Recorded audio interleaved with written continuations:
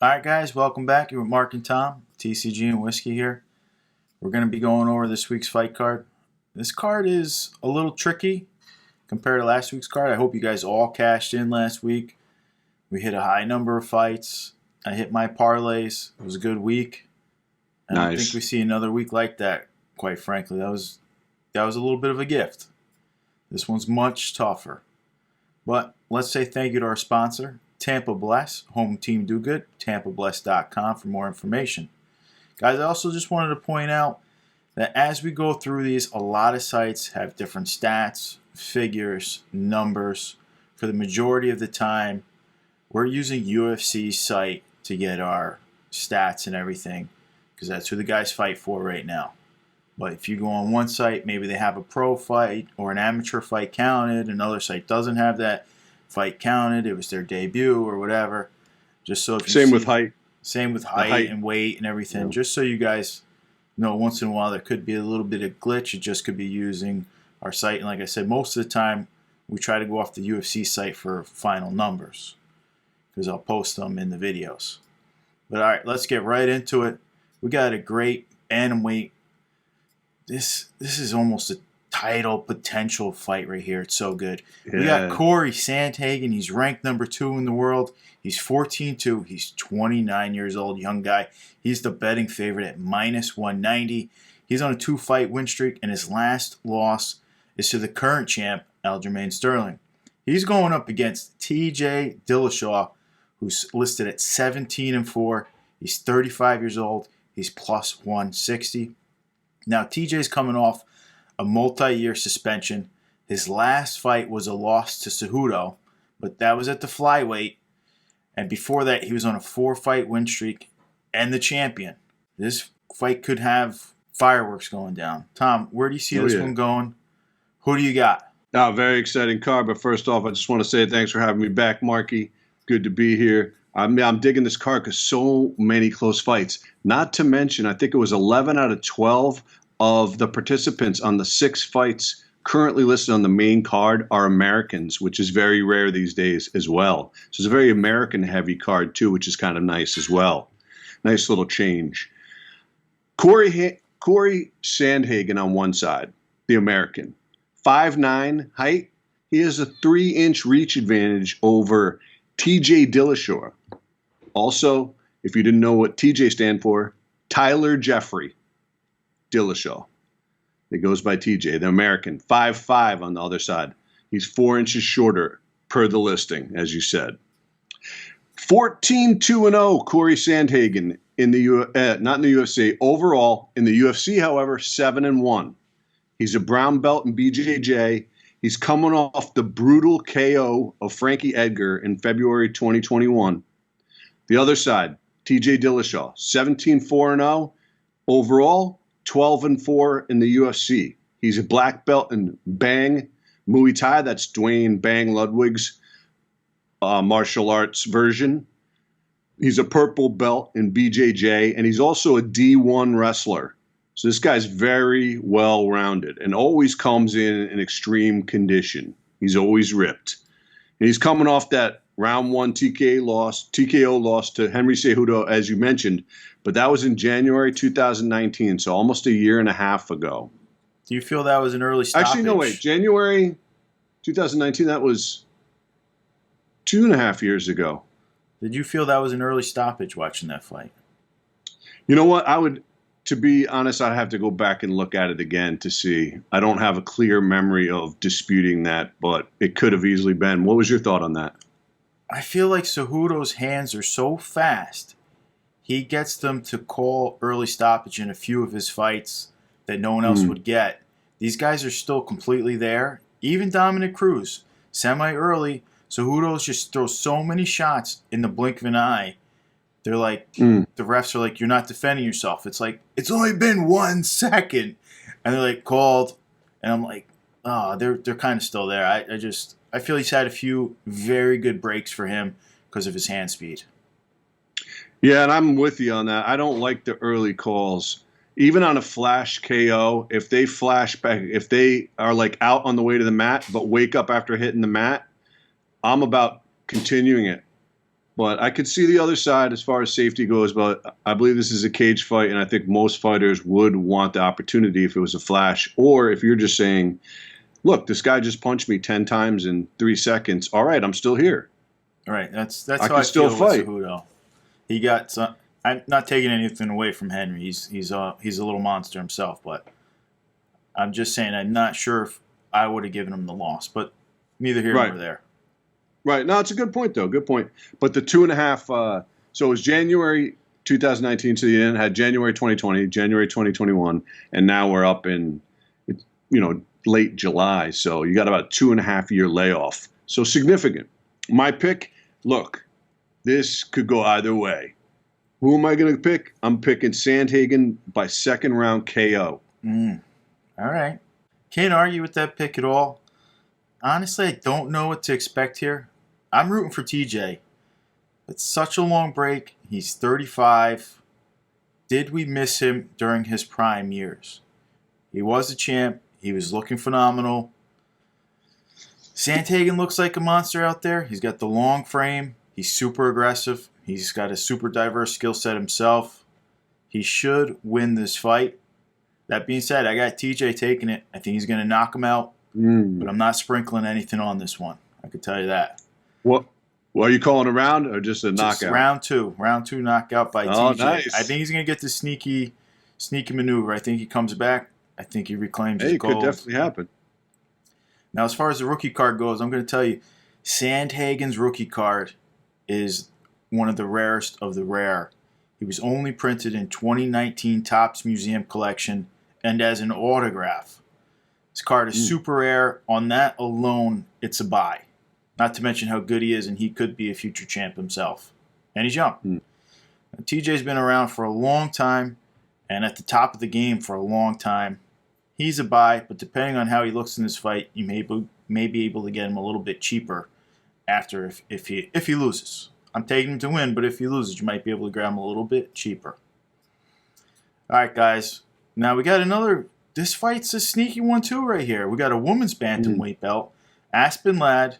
She's ranked 3 in the world. She's 9-1. She's only 26 years old. She's a betting favorite at -195. And her only loss is to Germaine Durandamine 2 fights ago. And Germaine is a warrior. I mean, look what Germaine did to Amanda. She almost, if she had any wrestling skills, she beats Amanda Nunes. That's how good Germaine Durandamine is. And then she's fighting Macy Chiasson, ranked number 9 in the world. She's 8-1. She's 29 years old, and she's +165. And her only loss is to Lena Landsberg 3 fights ago. Now, where do you see this one going? Both girls are very talented here. What do you see happening here? Yeah, both young, both talented. Aspen Ladd, the American, on one side, 5'5" in height. Macy Chiasson, and I'm not even sure if I'm pronouncing that correctly, but I'm going to go with Chiasson. The American on the other side is 5'9". She also has a 6-inch reach advantage. So she's 4 inches taller and has a 6-inch reach advantage over Aspen Ladd. Aspen Ladd is 9-1-0 overall, 4-1 in the UFC. She's a purple belt in BJJ and has a kickboxing background. She's coming off a round 3 TKO by punches win over Yana Kunitskaya, December 2019. So for her, it's been a year and a half. Right. You know what I mean? Since a little over a year and a half since she's fought. Long layoffs here. And pretty much COVID. She took off 2020. She didn't fight in 2020, and this will be her first fight in 2021. On the other side, Macy Chiasson, 8-1-0. Overall, UFC 4-1. Same record as Aspen Ladd. She's coming off a decision win over Marion Renault in March 2021, just a few months back. My pick, I'm going to go with Aspen by TKO punches, round 2. Okay. Yeah, I see it pretty similar. Another super hard one here to pick. I got to go with Aspen myself. She has a small experience edge to me. She's fought a lot stiffer competition. I think for both girls, this is a step in competition outside of Germaine Durandamine. Like I said, I would suspect Aspen has a small strength advantage. Macy has great hands. I have seen Macy in her early days coming up. She did get knocked out. I don't believe they had that fight listed. I believe it was one of her amateur fights. But she has been finished. It was a brutal finish, though, if you watch it. But I think Aspen gets it done. Good chin on the girl. A lot more competition. It's going to be a tough one, though. Battle right here. Now, as far as what are you calling on a decision with Aspen? Yeah, I think she grinds out a decision in this one. Macy seems tough. Macy's got that reach, and she really does use it very well. I would not be surprised to see an upset, but I'm going to go Aspen. She's been top of her game and looks great every time we see her outside of her brutal knockout. But, I mean, like I said, people who don't know, Jermaine Durandamine has literally boxed men before. So you can actually find it on YouTube. She's been in the cage with men, just to show how tough she is. Now, as far as rookie cards go, Aspen's also hard to find rookie. She's sitting in the 2018 Topps Museum collection. I like her. She's super young. She's a buy, but don't expect her to be champion right away. Macy got printed this year in Prism. I'd like to see her get this win before I could put a buy on her. She looks good, but in a division with Nunes, all you can do is really sit and wait with both of them. Because Nunes would mop the floor, I think, with both these girls quickly. I don't think most people won't argue that. I'd like to see someone upset Nunes, but I don't see it happening right yet. All right, but we got one more bantamweight bout right in a row. This is another super exciting fight here. We got Kyler, the Matrix Phillips. He's ranked 14. He's 9-1. He's only 26 years old. He's a betting favorite at minus 260. He's on a 4-fight win streak, and his last beatdown, he took out Song Yadong, who was an up-and-comer. That's a big win, actually. He's going up against Raulian Pavia, ranked 12. He's 20-3. He's only 25 years old. He's a plus 210, and he's on 2-fight win streak right now. We got two super young guys getting ready to battle it out. How do you see this one going? All right, I love it. You got Kyler Phillips, the American on one side, and you have Raulian Paiva, who's actually the only non-American on the main card. He's the Brazilian. Kyler Phillips, only 26 years old, as you mentioned, and Raulian, only 25. 5'7" in height, both men. 9-1-0 overall, Kyler Phillips, 3-0 in the UFC. He's coming off the decision win against Song Yadong, March 2021. I just want to mention, Kyler Phillips is a very exciting fighter. If you like exciting fighters, please tune in. Don't miss this guy. This guy's fights are great. Raulian Paiva, 25, and he's 20-3 is his overall record. So he's got 23 fights already at the age of 25. Very experienced. But however, in the UFC, he's 2-2. He's coming off a decision win, unanimous, against Zhalgas Zhumagulov in July 2020, so about 1 year ago. My pick, Phillips by strikes, round 2. This fight seems pretty close on paper, but I think Kyler is just so much more talented. He's so well-rounded. Pava has a few recent losses, and I think Kyler has a little more skill than both the guys he lost to. I see Kyler getting the finish in this one. Possible head kick. He's crazy with the kicks. Round number 3, though. I think this kid hangs in there for a while. I like it. Raulian, I believe, just to mention, because one of his losses was to Bontarine, and I believe Bontarine for that fight, I'm not 100% Bontarine missed weight massively for that fight, like 10 pounds, where I think they wanted him to go up in weight classes, or he took it last minute. I believe there was something with that. So it's not a crazy loss, because Bontarine was about double the size of him coming in there. Now, both these guys, they're not printed yet. I get a feeling we're going to see them both soon. If Kyler wins, he's a must-buy when he gets printed. This guy, as you mentioned, exciting. He's quickly going to be a fan favorite because he is exciting. He's very fun. Yeah. He's got crazy moves in the cage. He looks good. So I'm going to stick a buy rating on him before he's even printed, because I just get the feeling he's going to be a fan favorite quick. All right, now we got another one. I'm super excited for this fight. I'm not sure how Tom feels about it. I think both these girls. I like it as well. I think both these girls are super up and comers, super tough. We got a flyweight bout. I honestly feel like potentially we could see one of these ones as the champ because they can outlast Valentina age-wise. Miranda, Fear the Maverick. They're so young. Yeah, they are. She's ranked 13 right now. She's 11-2. She's 24 years old. She's a minus 140 favorite. She's on a 5-fight winning streak. She's going up against Macy, the future barber, who's ranked 14. She's 8-2. She's only 23 years old. She's a plus 120. She's on a 2-fight losing streak right here. Now, how do you see this one going? We got a 23-year-old, 24-year-old. Now, Miranda Maverick, I believe, also is finished with school, and she's able to train full-time. And she looked that good going to school full-time. So how do you see her now that she's got more time to train? I mean, both these girls are studs. You know, they really are. American Miranda Maverick on one side, American Macy Barber on the other. Maverick 5'2" in height, Barber 5'4" in height per the listing. Maverick 11-2-0 overall, 2-0 in the UFC. She's a brown belt in BJJ, coming off a unanimous decision win over Jillian Robertson in March 2021. Barber on the other side, 8-2-0, UFC 3-2. She's a second-degree black belt in karate, purple belt in BJJ, coming off a decision loss to Alexa Grasso in February 2021. This is a very tough one to call. I'm going to go with Barber. I think her back's against the wall. She needs a win. I don't think she needs a win to stay in the UFC. I don't think she'll be cut with a loss, but she does need a win just for your own mental health and allowing yourself to keep that positivity going forward.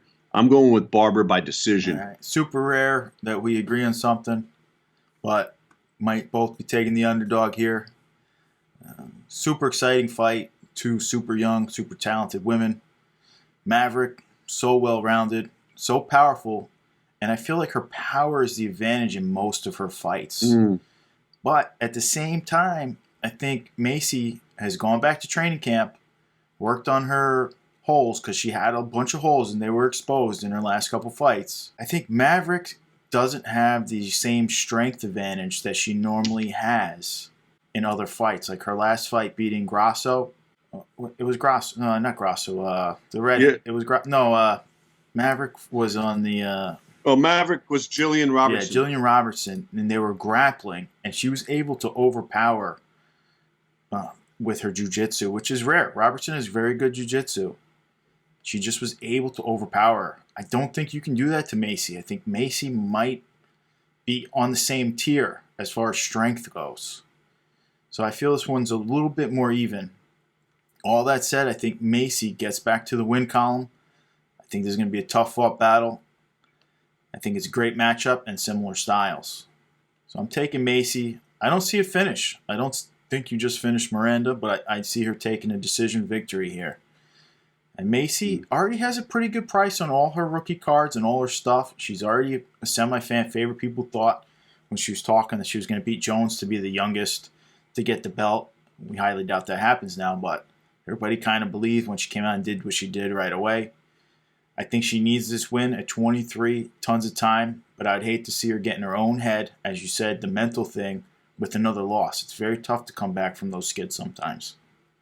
I like her, and I think she's a buy. I think you got to pick up Macy. She's cheap, she's available, and she has a bright future ahead of her. Maverick, not printed yet. I can almost guarantee you that it's going to change. I'd bet on that one. And she's a bright spot for sure. But I'm gonna take Macy in this one. Let's move right along. We got another couple bruisers here. We're going to the middleweight. We got Punhili Puna Soriano, 8-0, undefeated guy. He's only 28 years old. He's minus 115. He's going up against my boy, Brendan All-In Allen, who's 16-4. He's only 25 years old. And he's the favorite at minus 105. And his last win was over Carl Roberson. But before that, he did have a little loss to Sean Strickland. Tom, how do you see this one going? Does Puna seem to get the heavy hands going, or does Allen get the jiu-jitsu game going on him? Yeah, it's a great matchup. Another one. Punahela, the Hawaiian, the American, Soriano. on one side, American Brendan Allen on the other side. Punahele 5'9" in height, Brandon Allen 6'2". And Brendan Allen also has a 2.5-inch reach advantage. Punahele, undefeated currently in his career, 8-0 overall, 2-0 in the UFC. He's coming off a TKO by punches round 1 win against Dusko Todorovic in January 2021. On the other side, Brandon Allen coming off that sub win round 1 against Carl Robertson in April 2021, just a few months ago. My pick, I think Brendan Allen by sub round 3 is going to give Soriano his first loss. This fight's another banger. I think it's a little too much under the radar that this isn't on the main card. It should be. Is this even the prelims main event? It is, right? Or is this not? Yeah, it is. This not the main event. This is one below the main event. No, I thought this was the main event. This is the prelims main event. I mean, this is the banger. What I got here is I don't believe Puna's fought anyone quite as good as Allen.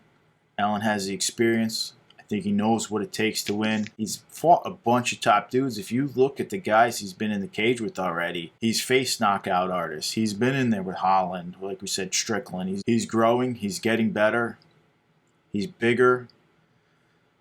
I think he's going to make it a dirty fight. He's going to grapple. He's going to clinch. And he's going to grind out a lot and make this guy get tired. And as you said before, a guy's a submission specialist.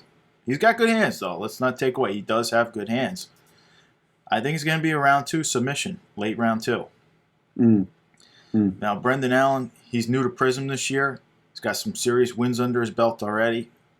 He's a buy. Price is too low. You can pick him up for peanuts. Puna, we got time on him. He's not printed yet. If you can keep an undefeated record, though, you got to watch out. But I think we see, same with you, Tom. I think he gets his first loss here going up in heavy competition here. This is a big step up for him compared to who he's fought. Now, let's get into, we got a few quick picks for you guys. We're just going to give you Darren, the Damage Elkins, 26'9". He's 37 years old. He's plus 130. He's going up against Derek Minner. He was 26-11, 31, minus 150. Who wins this fight? Crazy amount of experience on both sides. If you look at Elkins, some of the people he's fought are really high level. The guy's been in there with a lot of just serious top tier guys. Derek Minner has not seen those type of opponents in his career yet. However, I feel Derek Minner is on the rise more, where Elkins is more on the decline of his career. Therefore, I'm going to pick Minner by decision. Yeah, I see Minner. He's very hungry, this Minner guy, too. Very hungry. He's from that camp out in KC. That's, what's his name's camp? You know what I'm talking about in Kansas City? Krause. Yeah, Krause. The Krause camp, they always come to fight. Yeah. I see Minner taking this one, too. I see Elkins is aging fast. All the wars he's been in. Guys, this is time for a little sprinkle. Minner gets it done. Elkins has lost 4 out of his last 5 fights. So the age is definitely catching up with him. Now we got another one. Mickey Gall, 6-3. He's 29 years old, plus 150. He's going up against Jordan Williams, who's 9-4, won no contest, 30 years old, minus 170 favorite. Who's winning this one? Yeah, nothing against these guys. I think Brendan Allen versus Soriano could have been on the main card instead of this fight. However, they'll be headlining the prelims currently, but these things can all change, as we know. Mickey Gall, 6-3. Jordan Williams, 9-4 with 1 no contest. He's 1 inch shorter than Mickey Jordan, and he has a 1.5-inch reach advantage, even though he's 1 inch shorter. I mean, this could go either way. I really don't think Mickey has fought high-level competition himself either. But I'm going to still pick Mickey. Rear naked choke, round 1. All right. Yeah, I don't see either of these guys ever making the top 5. That being said, I think Williams gets a knockout round 1 against Gall. Has just been an absolute bust. I like it. Gall has been a bust, no matter how you want to talk about it. I also want to just throw credit for Williams here. I believe he's type 1 diabetic and cannot make weight cuts. So he has to fight at his normal weight, which is a huge disadvantage. And he made it to the UFC, so big props on that. Yeah, Now, absolutely. guys, we're about done here. I'm just going to tell you, though, I am going to be sprinkling a little on Phillips, Minner, Allen, Yanez, and I think Eubanks. She's fighting a newcomer who's a former atomweight champ, and Banks is Mm. coming down in weight, and they're going to be I believe they fight at flyweight. So an atomweight to flyweight, she should have a huge advantage, even though she hasn't always been top. She's looked better. Just throwing that out there. Keep your eyes on Sarge Eubanks out there. All right, but I Mm. appreciate everyone for joining Tom and I, and we will see you guys next time.